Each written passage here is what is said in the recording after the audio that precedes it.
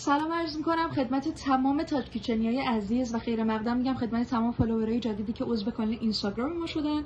ما به دلیل حجم زیاد تنوع جنس که داریم سعی کردیم هر روز براتون یک مدل جنس رو استوری کنیم، معرفی داشته باشیم.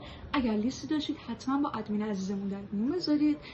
شروع میکنیم از ماگای ریجینالمون که پرطرفدارترینن، رنگای خیلی خوشگلی دارن، حجم زیادی داره که ما براتون تو دو سایز بزرگ و کوچیک فراهم کردیم. ماگ لیمویی دست خوشگلمون که همشون لیمویی ان، طرحهای متفاوتی دارن. یک مدل این مدل رو داریم که ساده است و نه دری داره نه قاشقی. این مدل هم هست که در داره، جنس خودش سرامیک و قاشق داره.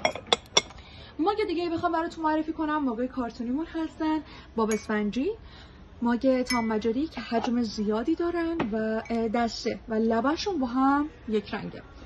ماگای بعدمون رو میتونم ماگای کرومی و استیج سر عروسکی سیلیکونیمون صحبت کنم دربارهشون که خیلی پرطرف دارن، قاشق دارن، حجم فراوانی دارن و طرفداری خاص خودشو دارن.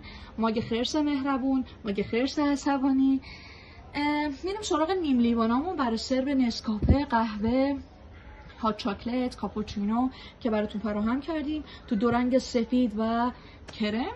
ماگای پاستیلی خوشگلمون که خوش دستن، خیلی حجم زیادی داره، طرح زیبایی داره و ماگای لیوانی استیجمون تو طرحهای مختلف.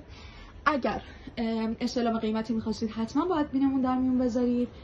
روز خوبی داشته باشید.